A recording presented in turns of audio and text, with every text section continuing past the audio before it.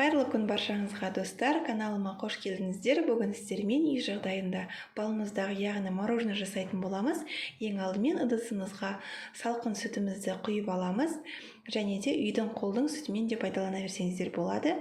Енді біздің құрғақ смесіміз қажет болады. Кез келген бұл сместі кез келген супермаркетте немесе кондитерлік дүкеннен таба аласыздар. Балмұздаққа арналған, бағасы қолжетімді, небәрі 180 теңгеге алдым. Әртүрлі дәмдер бар екен, мен вишня түрімен пайдаландым.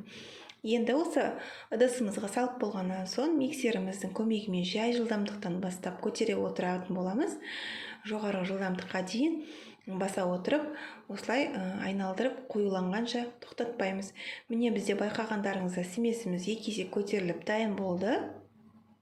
Енді өзіңіздің қалаған ыдысыңызға немесе мен секілді балмұздаққа арналған формаға құйып алсаңыздар болады. Міне осылай барлығына құйып шығатын боламыз.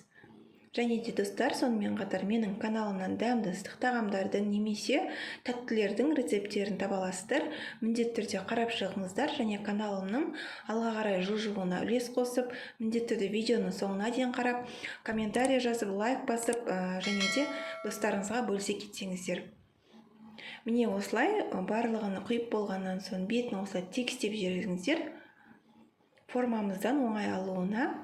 Міне осылай енді арнайы балмұздаққа арналған таяқшаларымызды салып шығатын боламыз.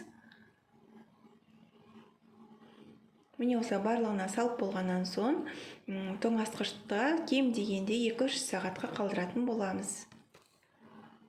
Және де қалған бөлігін осылай ыдысымызға салып қоятын боламыз.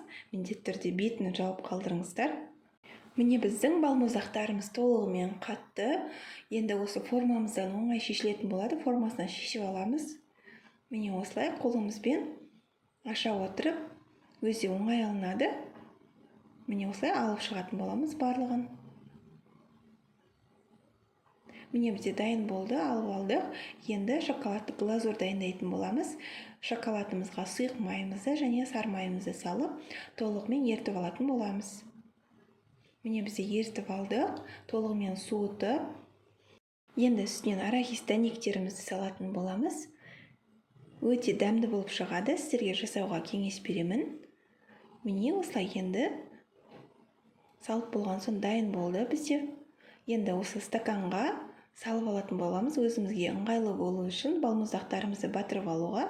Міне енді осылай барлығын батырып, айналдыра отырып, сыртын шоколадқа малып алатын боламыз.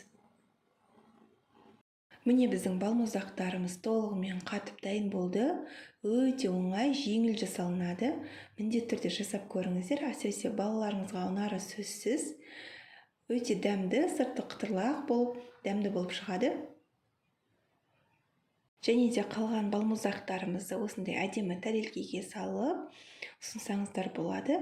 Өте керемет болып шықты. Дүкендегі балмұздақтардан ешқандай кем емес. Көріп тұрғандарыңыздар өте керемет болып шықты. Жасап көріңіздер. Назарларыңызға рахмет. Ас болсын.